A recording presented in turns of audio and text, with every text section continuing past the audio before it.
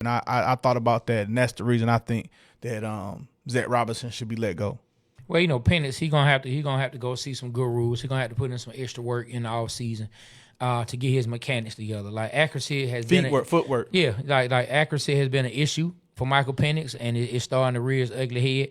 And I think that he's seeing it, man. But hey, look, man, we 16 minutes in, man. We getting ready to go to the rant. You already know, man, the Monday rant, man. We already have it queued up and ready for the folks. When we come back, we'll discuss some more, and then we'll also, man, drop into some of these comments and see what the people got to say. All right, let's do it. If you need a friend, you can call Big Bird, Larry Bird. Hell, you can even call Birdman. But whatever you do, do not call them dirty birds, because they will let you down every single time. We flew all the way to Germany just to get beat in overtime. 6 sacks and we still get beat. They got the whole city sick and tired. Boy, you better stop! Yesterday, the Atlanta Falcons, a.k.a. the Blood Pressure Birds, played the Indianapolis Colts in Germany and got the schnitzel beat out of them. You know things that got bad when we got folks all around the city trying to throw away their Falcons gift, and even the trash man talking about, oh no, bro, you ain't putting this on my truck. I'm out of here.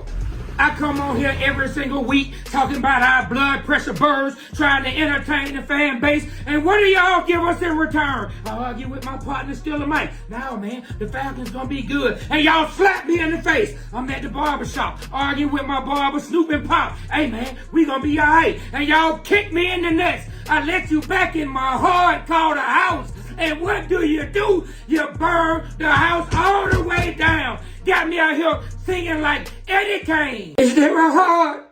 Is there a heart in the house tonight? Stand up. While we getting beat, I can't understand. Look, man, we done talking about this one. I might as well move on, because all these hometown haters hit my phone and hit me up in the DM. All right, man, let's move to the next game. Y'all already know what it is, Falcons. We got the Panthers coming up. Let's get back on track. Y'all know the saying, no matter how hard it gets, go Falcons, a.k.a. the Blood Pressure Birds. Hey, Trey, that was a great rant. I love your rants, man. Hey, y'all, do us a favor, man. If you don't get a chance, man, leave comments on all our platforms. Share our platforms. That helps us out. It's called digital free currency, man. It don't cost you nothing to support. If you're on here looking, take the time to drop a comment. Take the time to go follow our YouTube channel. Take the time to go follow our Instagram, our TikTok. We're on all platforms, our Facebook. So take a time to go across all platforms and like and share and comment. Make sure you comment. That helps us out. I can't express that enough. We're not just saying it to be a YouTuber. We're saying it because it really helps us out as creators. Hey, man, even if we are trying to be a YouTuber, man, click like and subscribe. You know what I'm saying? Hey, but look, man, I just read something just now that Myles Garrett, it came from Myles Garrett. I saw it on the page Falcons Drip. It's an IG page that collabs with us a lot. And I just saw they posted something that Myles Garrett. If you don't know Myles Garrett, he reports on a lot of things when it comes to the Atlanta Falcons. Man, I think we have a serious crack starting in this Falcons locker room. So this is something that Myles Garrett said when asked Drake London on the third down woes. Drake London says, I just run the routes I'm given. Now, I don't know what the rest of the sentence he has to say, but when you start to hear comments like that, it's a crack in the foundation of the locker room. And these coaches, things are starting to get real sticky and nasty with them and the players. When the players come out and say things like that, they're frustrated. Mm-hmm. They don't believe in what's going on. Now, hey, I haven't been a player in the NFL locker room, but normally when you start hearing things like this coming from one of your star players who has not been vocal in a negative kind of way at all, you know what I'm saying, since he's been here, that's frustration. Like, look, basically saying, look, don't ask me. Don't ask me. I just run the routes I'm giving. Go there and talk to such and such. Don't ask me. And I just, man, Raheem, like, they got to Coach Morris. I'm going to give you your respect and call you Coach Morris still. Like, Coach Morris, man, they have to get this together. Yeah, it's like, shout out to my homeboy Brent in Dallas, man. He always says, get it to Drake and we'll win. And, like, if you notice, man, every drive that we scored, one of the first couple plays was to Drake. You know, London was really setting the spark for our team getting it done. So, Zach, man, draw up plays to get it Drake. You saw Drake on a touchdown when he went to the right then left and just Sauce Gardner out his walker. You like that, huh? Hey, but listen, I will say this, man. Arthur Blank, you hired Raheem Morris, and I think it's fair to give a coach 3 years. This is his second year. Everybody's calling for his head. He's done a lot of mistakes. I think Coach Morris started his coaching tenure with the Falcons off wrong by hiring 2 inexperienced coordinators. You see what he did when he got an experienced defensive coordinator.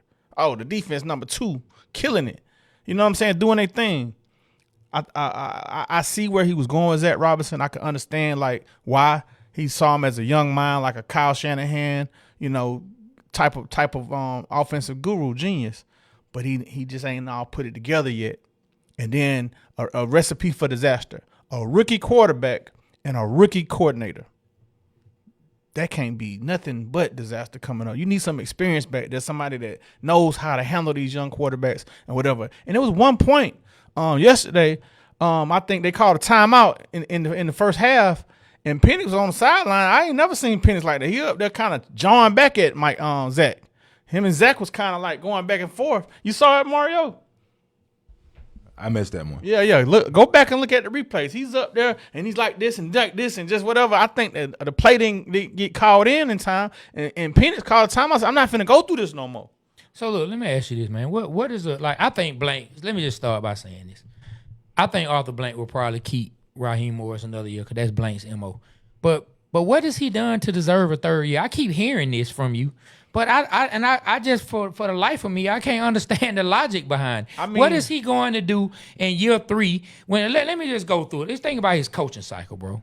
Head coaching cycle. In the head coach cycle he was in. Jim Harbaugh in the head coach cycle, winning record. Mike McDonald, winning record. You know what I'm saying? Ben Johnson got interviewed in that same hiring cycle, but he didn't get hired until last year. After last year, he got hired this year coming in, winning record. Why does our coach have to have 3 years? Mike McDonald had Sam Darnold, who everybody thought was a bust, and he went to Minnesota, got it together, and now he's doing well in Seattle. Jim Harbaugh, I know you say he's got Justin Herbert, but what were they doing before he got there? Not making the playoffs, I'll tell you that. Well, I mean, the reason I'm saying is like watching the games, man, except for 2 this year, like it could have went either way on a lot of the games. We could be 6-3. Hey, man. You know what I mean? Like, and so we're almost there. Okay, and the reason I'm saying another year is because, bro, if we fire the coach now and the coaching staff, we set our franchise back and we got to go again. How? But you that's keep just saying that's just my opinion, Trey. But I'm asking you to think logically. Okay. I just told you some franchises that are doing better. Hold on now.